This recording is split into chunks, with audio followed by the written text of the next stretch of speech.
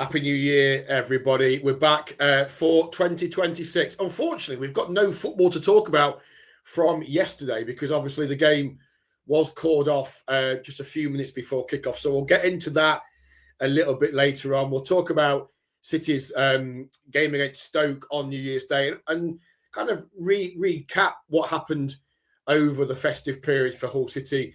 We'll look ahead to the Blackburn game in the FA Cup on Sunday. And of course, somebody told me a little rumour that the transfer window may be open. So we might get to that a little bit later on.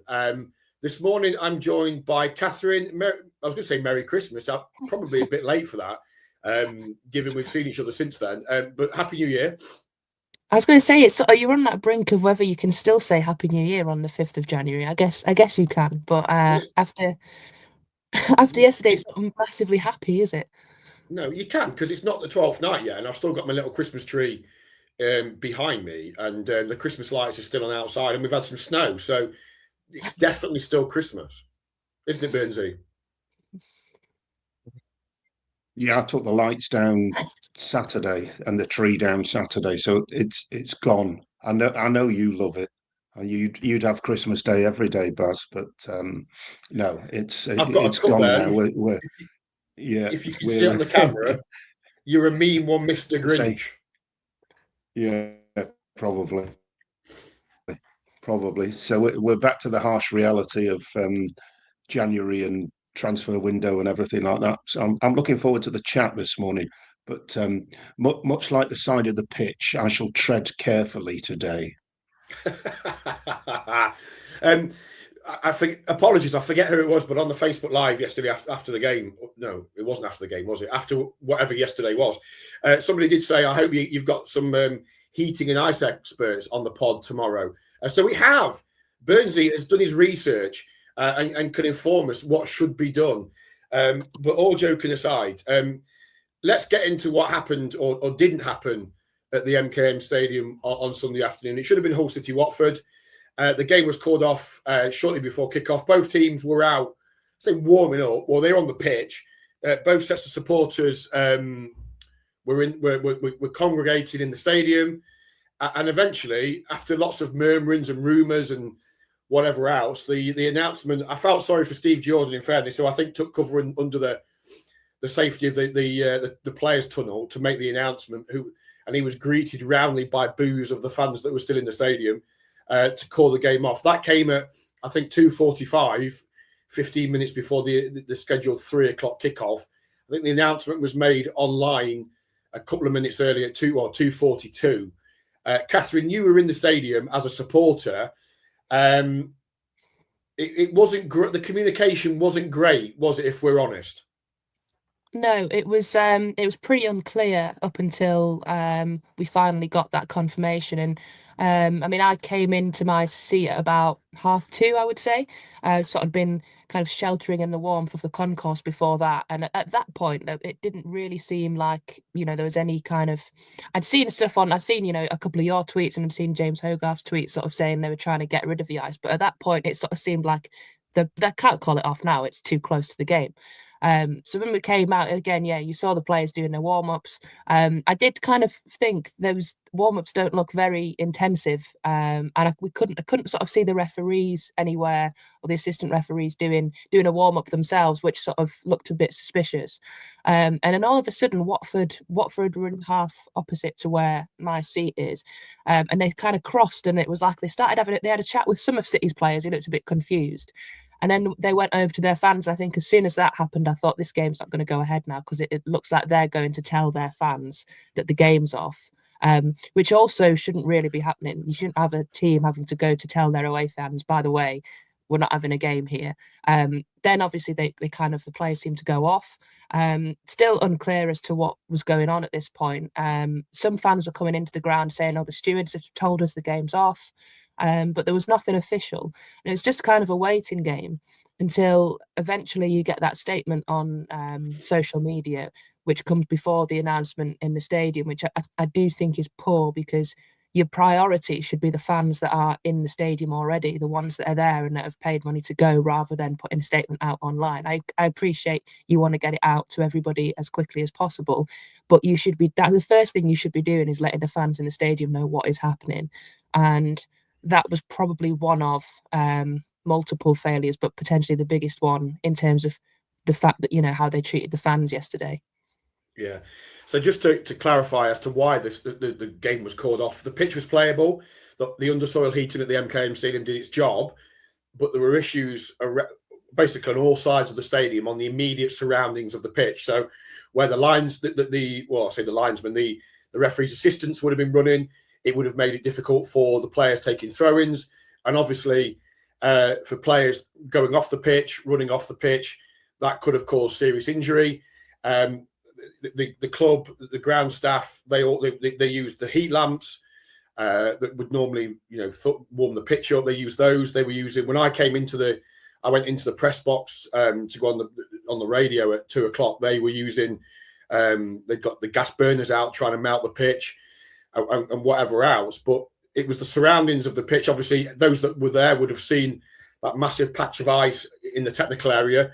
And I know they were working on that from quite early on, from about 11:45 onwards, to try and melt that. Although the pitch lamps work over a period of hours, I'm not sure they're the sort of thing that would heat it up instantly. But anyway, so it was deemed that it wasn't safe.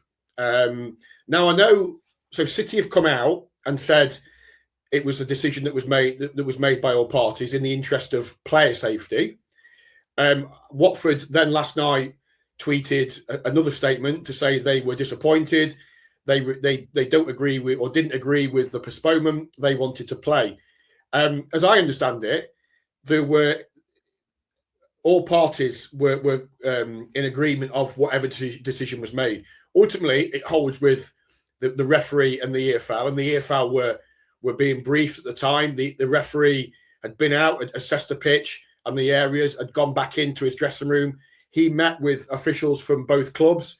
He met with both managers and obviously the ground staff and the head of the safety people at the football club and the SMC, the people in charge of the stadium. And all were in agreement that whatever decision was made, they would support. And both managers were in complete support of, while Javi Gracia and Sergei Yakovich wanted to play the game, they were also in agreement that if the game was called off, that was also the right decision. And I get the feeling that nobody really wanted to take responsibility for the game going ahead and the potential of serious injury to a player or match official. So therefore, the agreement was made that the game would be called off. Now, I don't think anybody, Kathryn and Burnsy, come in at this point if you want, but I don't think anybody has an issue with the game being called off on the grounds of whether it be spectator safety, if there's issues outside. If we'd have had 10 foot of snow outside the stadium and it wasn't safe to get in and get out with the temperatures dropping, I think people would have gone, yeah, fair cop. If the pitch or the surrounding areas weren't safe for the players, we go, fair cop, we understand that. As annoying and as frustrating as it is when we've spent money, or fans have spent a lot of money to travel from all over the country. Some fans have come from Switzerland. One fan had even come from Australia to get there. That's unfortunate. And unfortunately, when you buy tickets for live events, that's the way it goes. Music concerts get cancelled before the show. Theatre shows get cancelled just before the show. Unfortunately, it's a risk you take. But the issue here isn't with the actual decision, it's with the timing of it. And the fact that it was made so close to kickoff, and as Kathryn rightly says, that the fans in the stadium were the last to know. And it feels like, again, match-going supporters, a bit like with kickoff times and things like that, are the last to be considered here. Yeah, I think that's fair enough, Baz. I mean, I think there's two issues for me. The one was the timing, because realistically, you've got Watford at a 3 p.m. kickoff. Those fans are having to leave quite early in the morning, regardless. And quite a lot of them were on my train. So I obviously came from London, 8:57 a.m. train. Quite a few of the Watford fans on my train. So if the game had been called off at midday, most of those Watford fans would probably have left anyway, and they would have they might have had the chance to turn around halfway through the journey potentially, but most of the fans coming from down south, unless you're calling the game off at 9 a.m. or 8 a.m., they're probably going to have set off. So that is something you can't avoid when you have a situation like this if the game's going to be called off. However, and I thought Sheffield United were bad calling it off 2 hours before kickoff, but at least they didn't actually let the fans into the stadium, pay extra money for, to pay out for drinks and food and minutes before the game, before a decision was kind of communicated. But the problem is that it just looks really, really bad, and there's no getting away from that. Like if it had been called off at 12 o'clock, like I said, those fans would have already have set off, but it would have looked a lot better. It wouldn't have. It just looks amateur when you're doing it that close to the kickoff. That's the problem the club has now, and that's probably the question they're going to have to answer. The other thing is, we've obviously had cold winters before. We've got the undercell heating, so usually that works. And there was a situation a few years ago, can't remember the game, when it was called off because of the stuff outside of the stadium. But with and I know Burnsy has done some research, but with the areas of the dugout, for example, they must have. My question is, what didn't they do, or what should they have done to that area? Because surely they've done it in the past to get games on. Because surely this isn't a new thing. I'm sure we've had colder winters in before when games have gone on, and it was cold yesterday, but I'm sure it's been colder.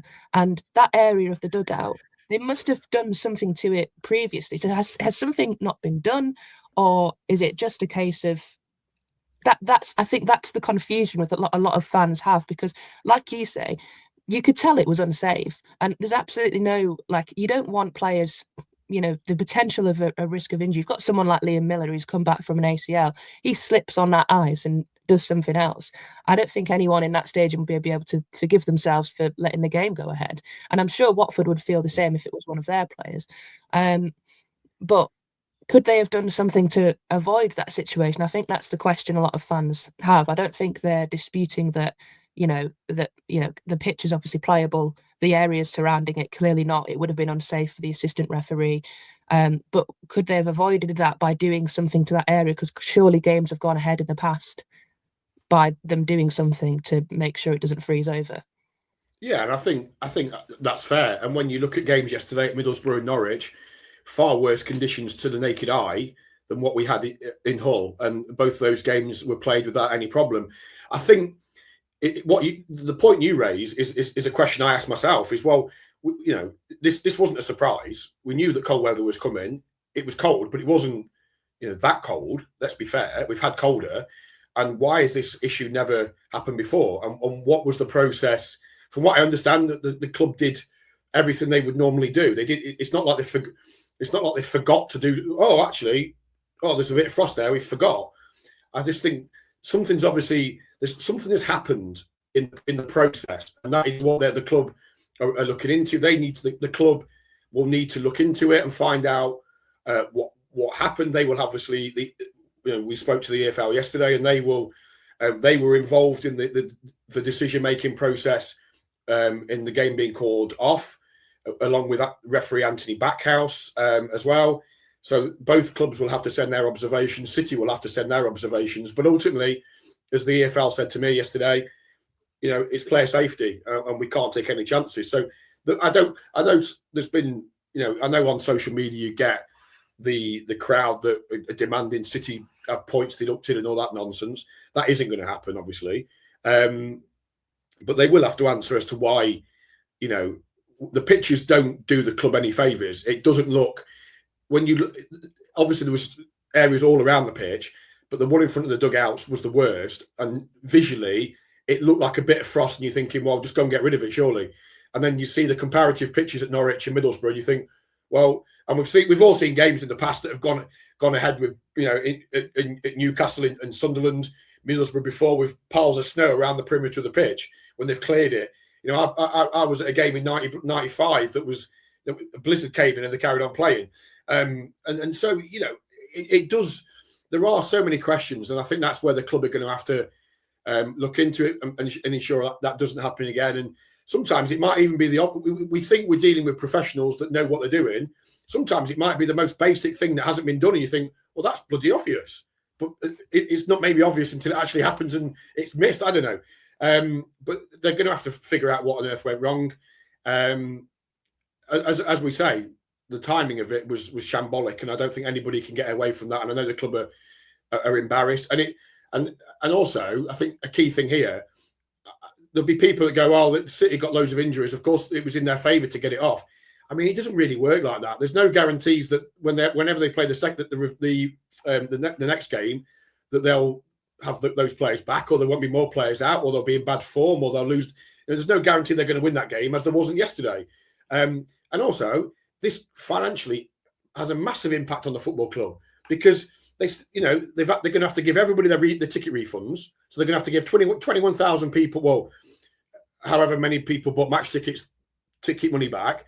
They're still going to have to pay all the match day staff for yesterday.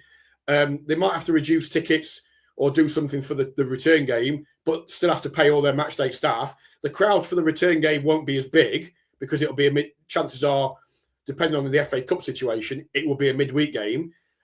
So the club financially are going to lose out from this. So for those people that are being cynical and saying, well, they got it called off on purpose, absolute rubbish. This hits, from a PR point of view, this is a disaster for the football club. It looks ridiculous and it's embarrassing. And financially, it's going to cost them a heck of a lot of money to put the game on whenever that is. So it's just it's a collective. And it's all right, Watford chirping up and going, we don't agree with it. Well, they did agree with it. There was a collective agreement that this game didn't go ahead.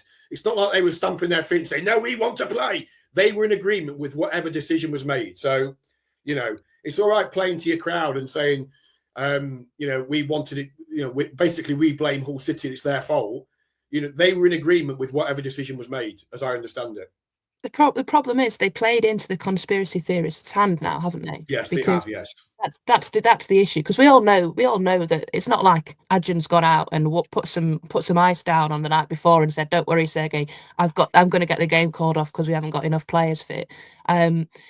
If the referee had said the pit, I think it's fine. It's not like City have refused to play. And the referee's gone, oh, okay, then, well, you don't have to play. Like the decisions with the referee, if he thought that both teams should have played, they would have played. But the problem is that they've handled the situation so badly. They're playing into this conspiracy theorist's hands. Because if roles were reversed and we'd won 4 games in a row and Watford had loads of key players injured, I'm sure our fans would probably think the same, that, oh, well, that's a bit convenient, isn't it?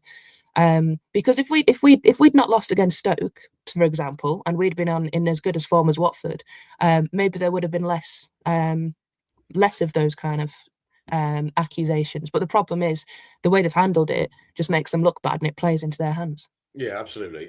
Before we finish off, because I don't want to spend the whole show rattling on about a game that didn't happen, and we can't do anything about it now. Burnsy, we've had a lot of comments in. Obviously, what are the fans saying? Now you've caught me out, Baz. I'll go to them. There's a fair few wanting to talk about the transfer window.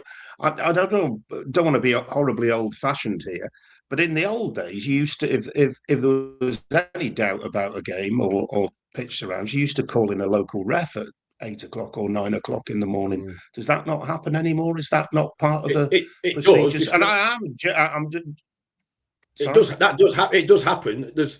I used to work at Mansfield Town, and if for those that have ever been to Field Mill will know what the weather can be like at Field Mill, and the amount of games that we used to have where we'd get a local referee at 8, 9 o'clock in the morning, or even the night before, and if you knew that there was a problem, and the forecast, Notts County's game was called off the night before because they decided that it wasn't going to thaw out in time. The forecast was for it to get no better and only colder. And they made that decision the night before. Mansfield was the same. We used to have a referee come in, local ref always come in, and would make a decision if he could. Or he'd come in at 8 o'clock in the morning, I'm going to give it another hour till 9 o'clock or 10 o'clock.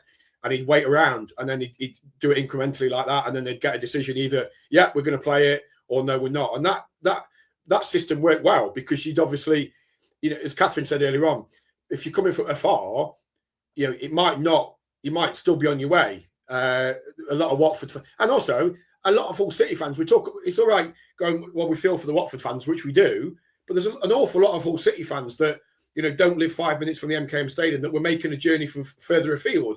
Some were coming 3 or 4 hours. So it's not just the Watford fans. It's all the supporters, whether it be Hull City or Watford, that were coming, and even those that live locally. Still made an effort to get there. So I think for me, and I wrote this last night, that I think the Premier League and the EFL need to come together and find a way of stopping this going forward. This has got to be almost a watershed moment, because fans, there's a feeling amongst fans, as I touched on earlier, that football doesn't care about fans that go to games. All they care about is fans that stay at home and watch it on the telly, that pay 50, 60 quid a month, even more, for subscriptions. They don't care about the people that actually bother to go to games.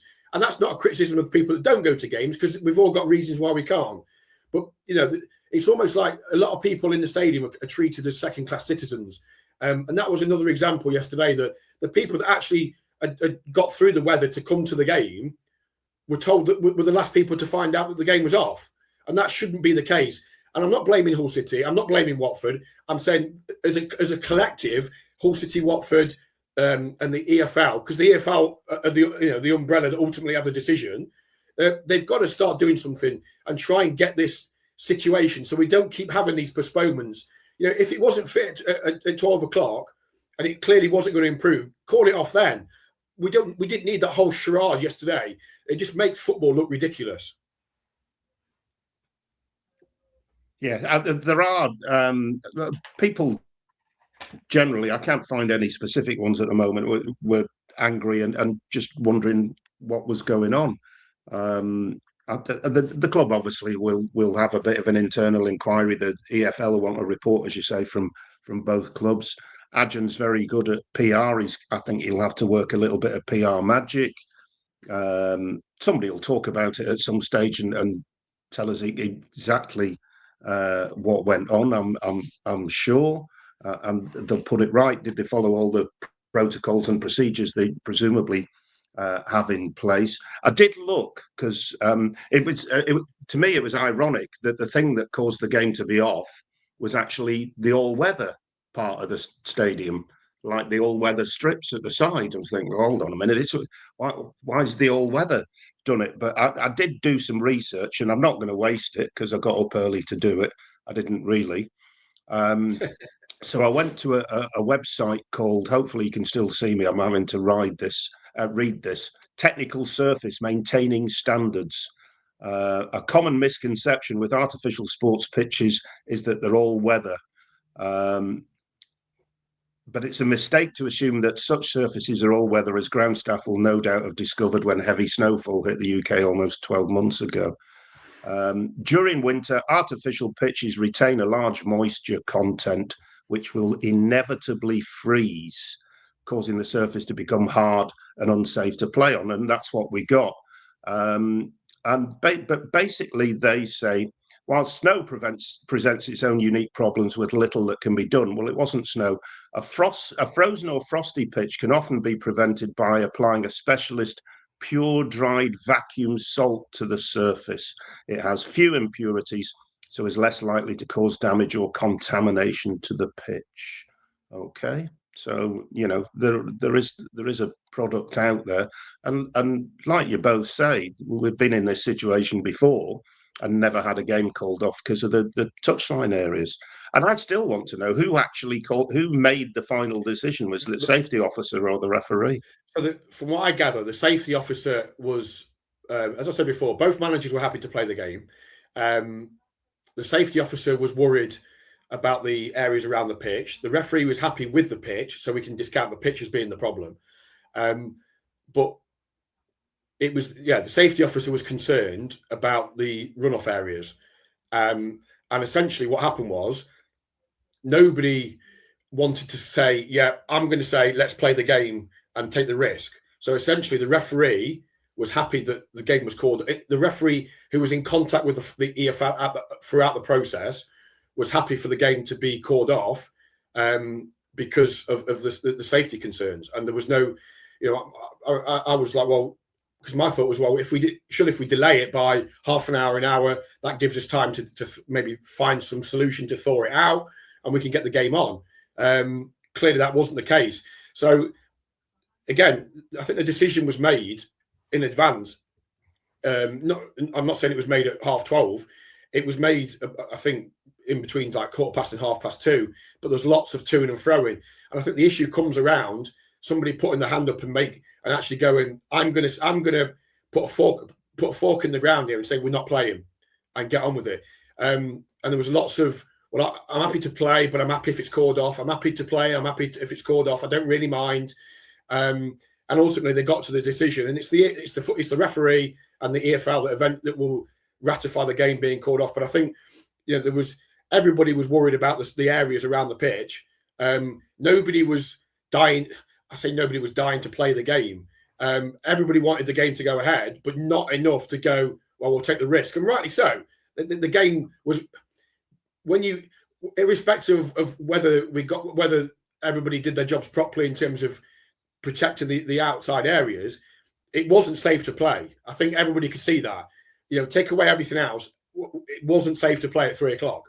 And that was the worry. So again, it comes down to the timing, and that is the frustration. If the game was called off at 12:00, nobody really has a problem. If the game's called off at 10:00, nobody really has a problem. But it's the fact it was 2:45 and people are in the ground and the players are out on the pitch. So that's the farcical nature of it. So ultimately, it comes down to, in answer to your question long-windedly, it's the referee and the EFL that ultimately file the report and say the game is off. The club can call games off, obviously. If we have 10 foot of snow and at 8:00 nobody can get to the stadium, the club would call it off. But that was a collective yesterday, where it was like we say, and officially it'll all come out in the wash at some point, because both clubs have got to send a report. The referee will send a report, and the EFL will do what they do and investigate. For me, I think it'll just. I might be wrong here, and because I don't know what's going to happen going down the line. My gut feeling is that the game will be replayed as normal. The EFL will probably put something in place going forward about that to try and stop that happening again. I know it's a slightly different scenario, but you look at the Blackburn game against Ipswich that was called off with 10 minutes to go, with Blackburn leading 1-0 because of the waterlogged pitch. The game was, as everybody shouted, everybody was angry. Everybody wanted Blackburn to be given 3 points. Everybody wanted then people wanted the game to be the final 10 minutes to be played. Everybody wanted to be given free transport and free tickets.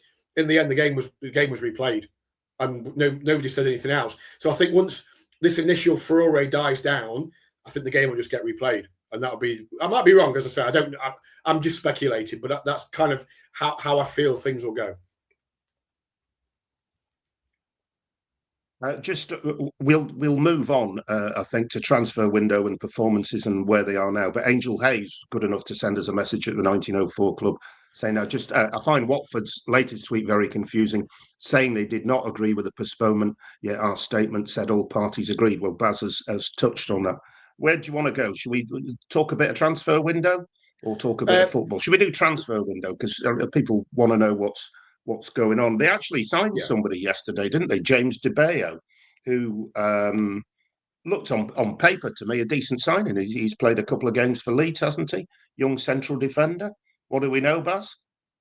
Yeah, he's 20 years old from Leeds United, highly regarded, was in the England setup a few years ago, and he was on the bench, I think, for 17 or 18 games last season for Leeds United. So clearly a player that they see with potential, albeit at 20. He hasn't played a huge amount of games. I think they view him a bit like Cathal McCarthy, the young Irish defender who was obviously signed from UCD in the summer, was part of the pre-season trip, had a bit of a difficult debut against Blackburn when everybody was poorly, but then was exceptional in the second half at Middlesbrough last Monday. So I think they view him as a player like that. He came in on trial. He played a couple of games for the 21s. He has trained with the first team. So we may see him. We might even see him on the bench in the FA Cup game against Blackburn on Sunday. So we'll have to wait and see. But yeah, I mean, look, free transfer. I know people are asking why can we sign him under the embargo? Well, for a start, he's a free transfer. So and he's only 20. So yeah, it seems a sensible. Kathryn, any thoughts on James DeBeo? It's another Leeds player, isn't it? We're becoming ex-Leeds team at this rate. Yeah, Whereabouts in the defence does he play, Baz? I wasn't sure if I'd picked up centre half. Okay, so because I was wondering whether he was someone that could fill in potentially if somebody got injured this. I mean, maybe he still could, but he's obviously he's not left back, and that was the area we are struggling with at the minute. But no, I mean the club have done pretty well in the last few years in terms of identifying some good young players and working them into the team. So hopefully he's one that potentially seems like he's one for the future rather than the here and now. But I guess never say never with injuries in this football club. Yeah, absolutely. I was just caught my eye that Man United have sacked Ruben Amorim. Anyway, I'll go off at a tangent. Look, it's another young player that they've got and one with if he can come in and have an impact like McCarthy has, then great. And look, they've got to be sustainable. They've got to find a way forward. Of you can't keep going out and as we know, they can't keep going out and spending big money on players. If they can get young talents, that perhaps haven't football's like that. That some players. It doesn't work at different places and they come to different places and it does. And he may be a player that flourishes at City. And we've seen under Jakurovic, and we'll come on to Kieran Dowell because this is applicable to him, players that the manager's improved. And yes, he's only young. So there's no, he is a development signing. He's not coming in to start, the next 15, 20 championship games. But, why can't he be a success? Given the fact that he's been on the bench for Leeds that many times and had a couple of appearances, he can't be that far away from first team football. So we wish him well. Tim Nico says Dowell and Seny Dieng would be fantastic signings, real championship quality. The young boy DeBeo could be a sound signing too. Lots of positives up the Tigers. Where are they with Dowell and Dieng, Baz? They're kind of in the state of flux at the minute. I think, from what I understand, there's conversations going on with the EFL this week to try and ascertain what the situation is. Obviously, so just to clarify, because I think it's worth clarifying again, the one in, one out situation isn't because of the embargo, or the restrictions. It's they had to submit an updated business plan to the Football League surrounding their finances and what have you, and it relates to that. So I understand that there's conversations with the EFL this week to try and find a way forward. But as it stands now, it's one in, one out. So Dieng's lined up. Kieran Dowell from Rangers is a player they want. He's, as I gather, he's keen to come. He's not featuring at Rangers anymore. He's 28. He was really highly rated when he came through at Everton. I remember watching him when I covered Forest. I remember covering a game at Hull City when he scored a hat-trick, did Kieran Dowell, at the MKM Stadium. And I remember interviewing him after the game and how he was, he's very, very down-to-earth, unassuming character. And I know he's had a difficult few years, Norwich, Birmingham. He played a lot at Rangers. He started the season playing under Russell Martin. He's not played since. But I guess I would like to think that the way that Jakurovic has improved Ryan Giles, he's improved Carl Joseph, and he's improved other footballers at Hull City. Maybe he can get something out of him. And we're not looking at players coming in and it's not a rescue act like it was last year. We want players to come in and chip in. And if Dowell comes in and can score a couple of goals, then that's in City's position trying to get in the playoffs or even the top two, because that's not far away. Let's be honest. That's what you want. You want a bit like under Liam, when Fabio Carvalho and Zarori came in, you were looking for those players just to come in and chip in and help City get over the line. And I think it's the same this season. So we're in that kind of state of flux at the minute where they've got to get players out. Cody Drame was back. Cody Drame, that's an interesting one. Can they get rid of him? Akintola is one that I think they would like to move on. Brandon Williams, nothing's really changed since last week when we spoke. that are in that kind of state of flux of we've got to get players out before we can get players in. I think Kieran Dowell on the subject of drama. Sorry. I was just saying, I think Kieran Dowell scored 2 hat-tricks at the MKM. I think he scored one for Norwich as well. Yeah, he's got a good record there, hasn't he? I like him. I like him as a player. He plays off the left. He's got good delivery from set piece. You can play through him. And yeah, he's had a difficult couple of years, but there's a footballer in there. And as I say, if Jakirovic can work his magic and get something out of it, then why not? He's out of contract in the summer, so it's relatively risk-free. They either take him on loan until the summer, and then both parties sit down and look where they're at, whether they go forward long term. Dowell sees it as an opportunity to put himself in the shop window ahead of the summer, or they sign him now on a free transfer and get him tied down. I think it's open, but I think there's a player there. Obviously, if you're bringing in Dowell, what does that mean for Casey Palmer, who was incredibly close to scoring a wonderful equaliser against Stoke? How many times have we seen those efforts either crash straight in or going off the goalkeeper when you get a point? But yeah, we'll have to wait and see. But I would suspect if Dowell comes in, that means that there's going to be somebody that will have to go, because you're not going to have. They're going to, when Gowhart comes back, they're going to have a lot, 2 or 3 extra options. JB can play there. Crooks can play in that number 10 role as well. So we'll have to wait and see.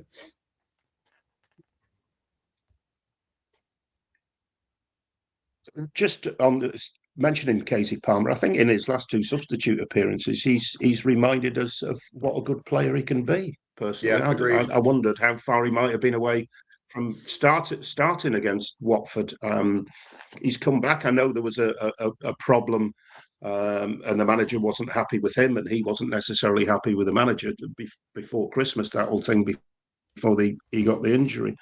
But I've been impressed with him in the 2 substitute appearances. He's come back with the right attitude, and he can't have been far away from getting in the team. And I wonder whether he might well start against Blackburn at the weekend. The other one is Cody Drameh. What happens now? Because he was in the side yesterday against Watford. He was named in the starting 11. Is there a deal there that the manager said to him, Baz, help us out for a few games, and then we'll get you a move at the end of the window? What do you know? Has it gone that far? Well, they've obviously had a conversation and figured it out, because he was in the team, as you say. And right now they need him. They need him because Giles is out. Brandon Williams, they haven't got a lot of cover at fullback. So they need a player like Cody Drameh. But it's one of those, Kathryn, it's a bit catch-22, isn't it? Because in some respects, they need the squad space to bring somebody else in, but they also need Cody Drameh fit and available, because he's a competent player at this level. He has his faults, and we saw those at Bristol City back in August. But he's a competent player, and as we saw yesterday, him coming into the team enables Louis to shift across to left back. And while it's not ideal, it's better than playing Akin Famewo at left back as well, isn't it? Yeah, and you need the options, because while Ryan Giles is injured, and you never can be certain with injuries. We've seen it this season with players where they think he'll be out for a month, and then it turns out it's longer than a month, and obviously we hope it's not. If Cody Drameh was to go, I still think they'd need cover in that area, because Matty Jacobs obviously come back from his loan at Reading, where I'm not sure how successful that was. And he also came back a bit injured, so I don't know how. And I know he was on the bench yesterday, but I don't know how fully fit he is. And you've got James Furlong, who's never played in the Championship. I know you said they might maybe send him out on loan somewhere. So the options for cover at left back while Giles is out aren't massive, and Famewo has looked all right at times, but there is a huge drop off in terms of creativity on that left hand side. He's not going to probably bomb down that wing and put a cross in for McBurney in the same way that Giles can. He can be competent and defend there, and we've seen him do that. And it's not ideal having Louis Coyle there on his wrong foot, but again, he's at least a fullback. So, Drameh coming in on the right hand side allows for more options. And if Drameh was to go out, I think they just need to bring it. I still think they need to bring in another fullback, and it almost sort of defeats the point a little bit. It sort of feels like not a waste of time, but if you're losing a fullback to bring one in, unless you bring in a much better one in, I don't know if that's the area. But then I understand that for Drameh's point of view, he doesn't want to just be a stopgap, and he wants to go and play regularly. So it is a difficult situation. But I mean, from a selfish point of view, you sort of think, well, we need him at least for now. Just for cover, really. I think Burnsy, they're gonna try and do a bit of wheeling and dealing. Maybe a midfielder, maybe another defender. Maybe if there are departures, they're going, as Kathryn says there, if somebody goes, they're going to need to replace them. And they're in a difficult position because they can't just go out and bring in. Ideally, they would have got Dowell and Sonny Dieng already. They'd be in the door now. And you go into that Blackburn game, you can say, well, Sonny Dieng can play, Dowell can play. We can get Lundstrom back in the team. We can get one or two others that need some minutes, and you're in a good place going into going into a busy time when you've got Southampton and Preston in the space of 3 days. So, but that isn't the case, and they've got that's the cards they've been dealt, and they've got to get on with it. And it is difficult for them, but they know what they're dealing with, and they've got to try and do a bit of wheeling dealing. I don't think they need a huge amount. I think they're in a good place. Once they get players back, Lundstrom coming back, that bolsters the midfield. Maybe bring in another midfielder. They bring in Kieran Dowell. That gives them another option in the creative areas, and he can also play off the flank as well. Yes, you've lost Bellumi, but you've got Miller, who they need to be careful of. Gowhart's coming back. He can play in the 10. He can also play off the side. Carl Joseph can play off the side. You've got Joel Ndala as well. So they've got options. They've got options there. But I suspect it'll be another case of, and I know the fans don't want to hear it, but where they've got to be patient, and they might have to wait until the final few days of the window to try and get one or two out, to bring one or two in. But Dieng and Dowell are two of the top targets. They've got one or two other targets as well, and there could be one or two departures too of players that want to move. Drame wanted to move on. There's one or two others that might want to move on as well, and go and play elsewhere, and that enables them to bring somebody in.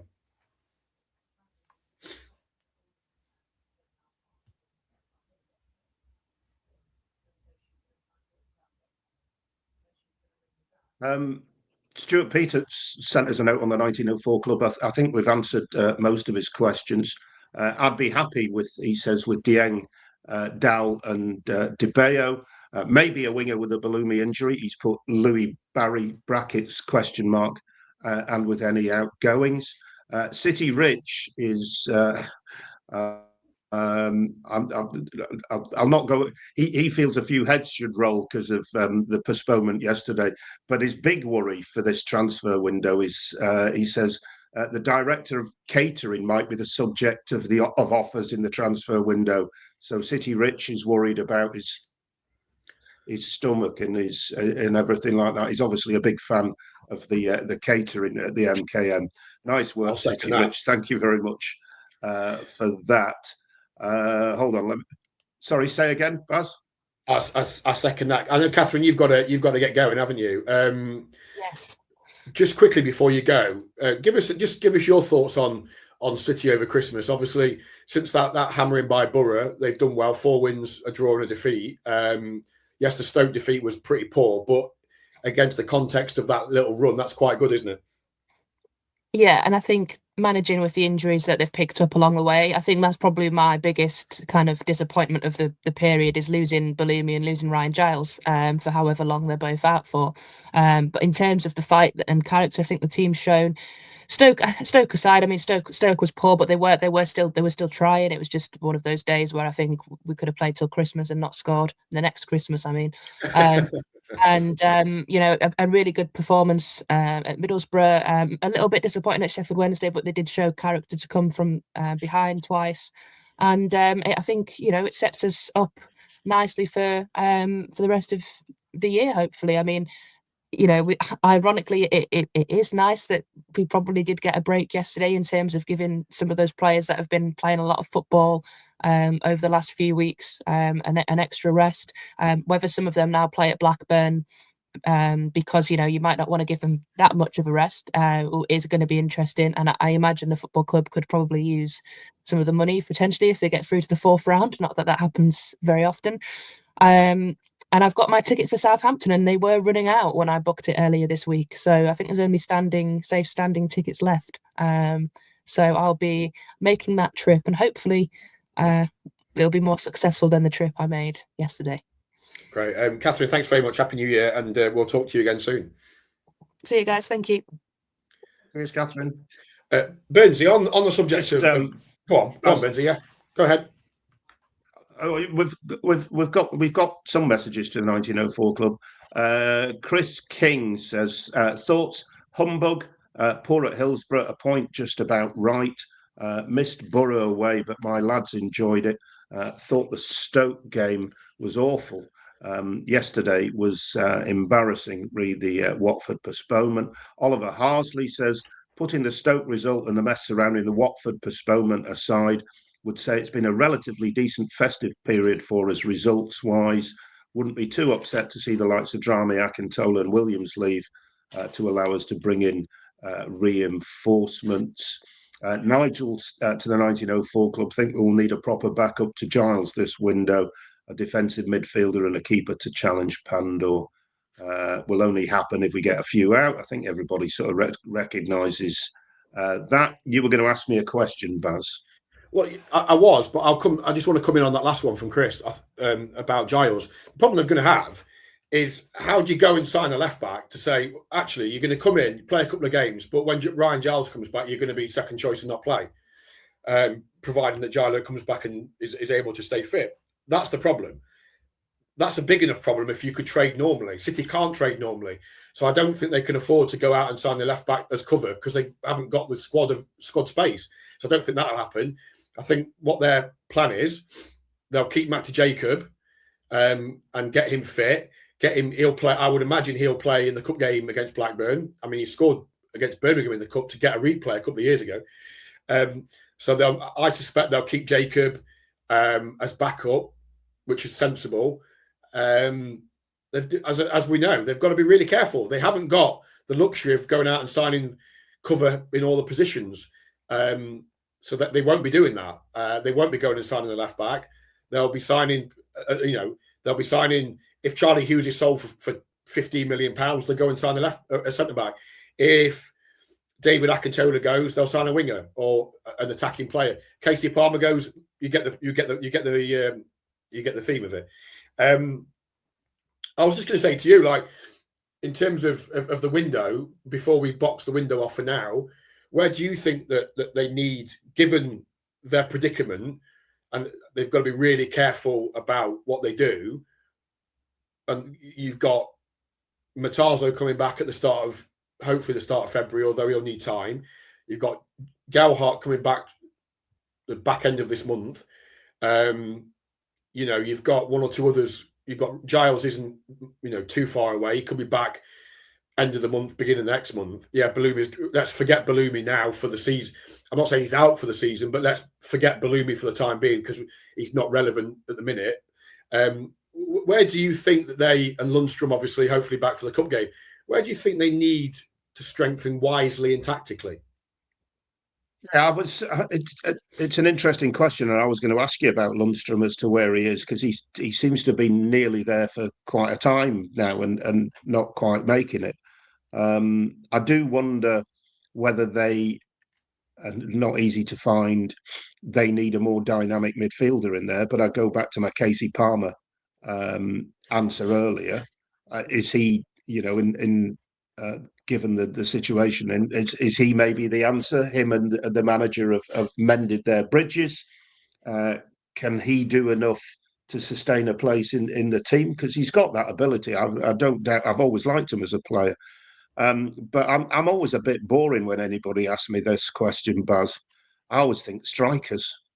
If I know they've got goals in them, and how if once Gelhardt's fit and McBurney's fit, how do you fit another striker in? But I always think it's useful having another striker about. They might long term have to strengthen fullback positions. Don't know, but it is really difficult for the reasons you've outlined. The fact that this transfer embargo, they've got all these injuries, but they've got players coming back. So I'll trust in the manager and the brains trust or whatever it's called to get the right thing. But I like strikers, and I do wonder whether they need to be a bit more dynamic in midfield. But, yeah, I think that's an area that I think it wouldn't surprise me if we saw a midfielder in before the end of the month. I think that is a sensible thing, and I know something they're looking at because of that reason. And you look at the midfield throughout the season, everything else has been relatively constant, hasn't it? But the midfield has been the area of the team that's constantly changed. 1 week Regan's been in fairness, Regan's been the constant. Matt Crooks has as well, although he's on 9 bookings, so he's going to be getting a 2-game ban very, very soon, you would imagine. But that other position, whether Crooks has dropped deeper, whether it's been Amir Hadzimitovic, he was back in the team yesterday. Darko JB, he was excellent at Middlesbrough. I thought he did okay against Stoke in a poor overall team performance, but was out the team yesterday. So that other position in midfield has been interchangeable throughout the season. Nobody's really grabbed it by the scruff of the neck and said, I'm going to have that shirt. Lundstrom has not been, again, Lundstrom, as harsh as this sounds, has been largely in irrelevance because he's not been fit. He's only played a handful of games at the start of the season. He got injured. He came back for 20 minutes at Stoke, got injured. The plan was that he was back in training this week and he will feature against Blackburn on Sunday. But his record this season is poor injury wise.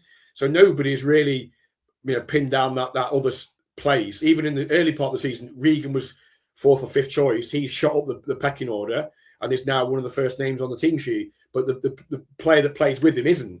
So that's why I think a midfielder is on their agenda. But as we say, we'll have to wait and see. And if they can't get players out, it's largely an irrelevant moot point.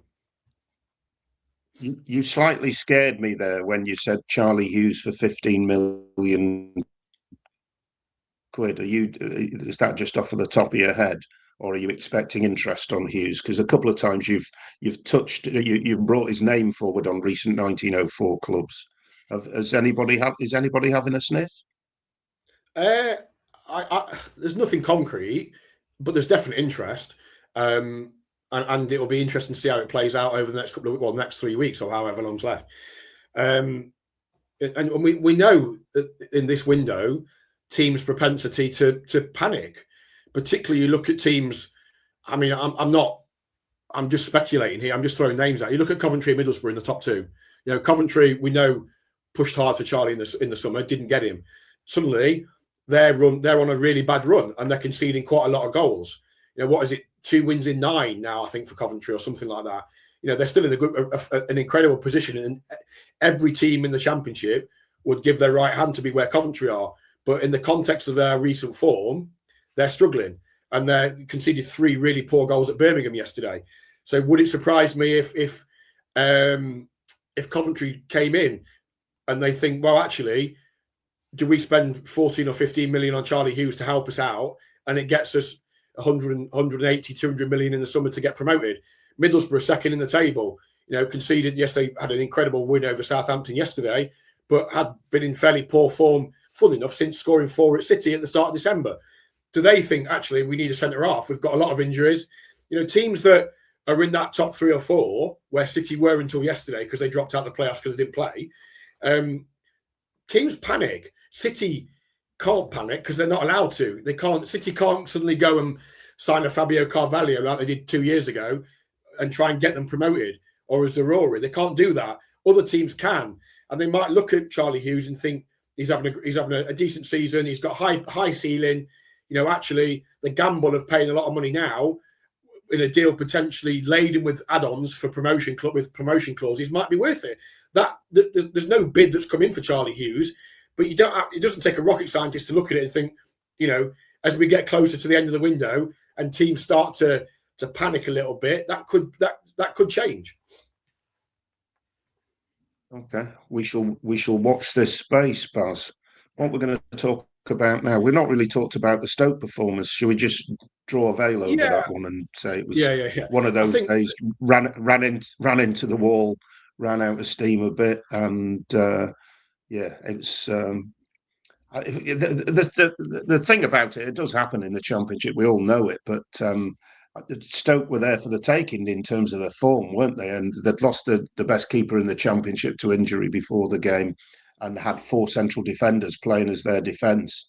and City never really got amongst them. There was a real sense of frustration with that one, but it's gone. The one advantage of the Watford situation is they do get a bit of extra rest and a time to get a bit of mental freshness or whatever, because he was talking after the Stoke game about sort of the mental side of things, wasn't he, the coach, Sergei Yakirovich?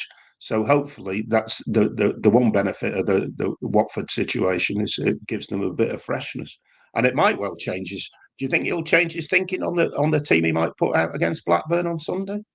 Potentially, yeah, because I think had they've played the game yesterday, I think he goes. I don't say goes weak. He'll want to go strong because he'll want to win the game, obviously. But I think his team selection could potentially be different, given the fact they'll go over 2 weeks without a game. He'll want to keep players ticking over. He'll want to keep them fresh. And let's be honest, they would have had a clear week, well, longer than a week to prepare for. They'd have gone from Thursday against Stoke to the week, Sunday. So what, 12 days or so out, 10, 12 days. So, I wonder, I still think I think he'll make a lot of changes. I still think we'll see Lundstram, assuming he gets through training okay. I think we'll see Ndala, JB, Matty Jacob will probably play.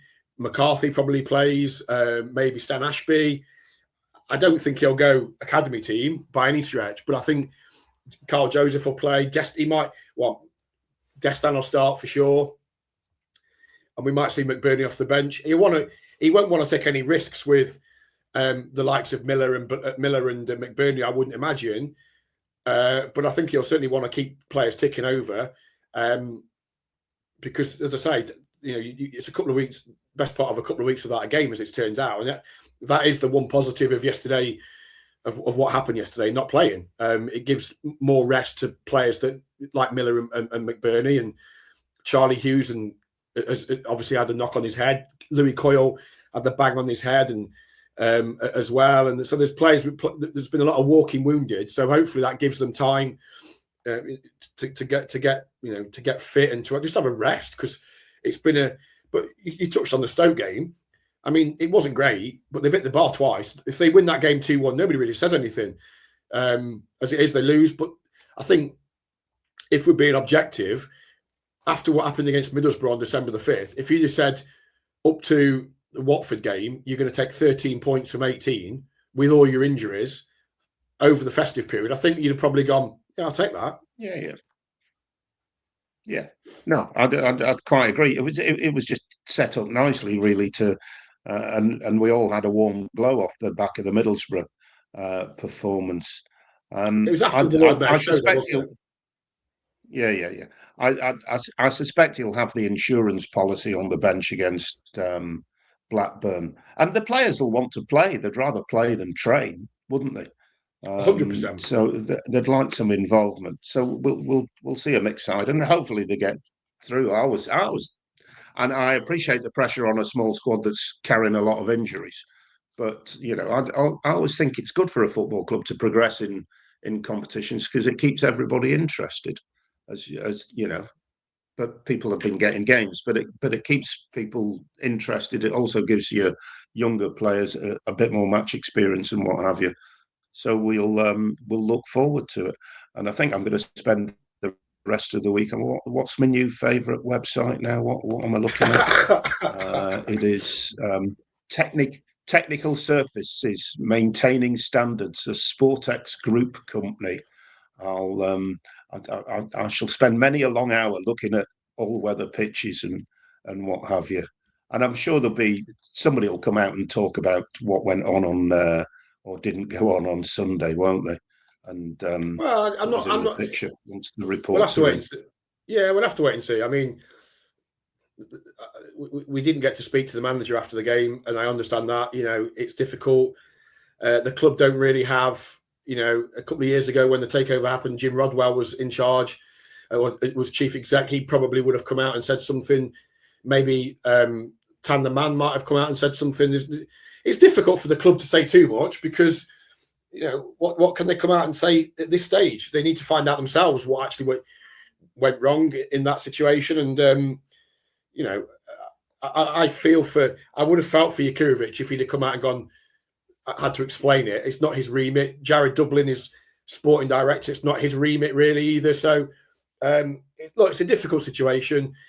It wasn't handled particularly well, and I think there will be regrets within the football club about how they dealt with it yesterday, particularly the communication side of it for the fans in the stadium, as we said before. So we'll have to wait and see. But yeah, in terms of the cup game, I think we've not had a cup run for quite a while. It's really important that we get a cup run. Financially, it's important. It gives other players a chance to play. It creates excitement. I know there's excitement around the team given where they are in the league anyway. But I think, I don't necessarily think it'd do any harm to have a couple of good wins in the FA Cup. Maybe you get through the Blackburn game, you get a big tie away from home, or a big tie at home. It creates an extra bit of buzz. You get a big game on the telly. That's when you're losing the type of money that City are. I think financially that would be helpful. The manager privately would probably say we could do without it. A lot of managers in the Championship that are competing either at the bottom or the top would probably say the same thing. It's an unwanted distraction. Obviously, you get through, then you get a league game postponed that becomes a midweek, and suddenly you go from a 2-game week to a 3-game week. I get all of that. But as an old romantic, I would love a cup run. And since I've covered this football club, I've never seen a cup run. So I think for everybody, it would be really nice to have at least win a game, even if you get knocked out in the 4th round away at Spurs or Liverpool or wherever. At least we get this monkey off our back of going out in the 3rd round every single bloody year. I agree. I'd like a trip to Spurs. We'll see what happens. I'll see you on Sunday and presumably next Monday on the next 1904 Club. Absolutely. Burnsy, thank you for your time. Kathryn, thank you for earlier, and everybody for listening, for watching, and for getting your comments in. And we will see you again soon. Up the Tigers.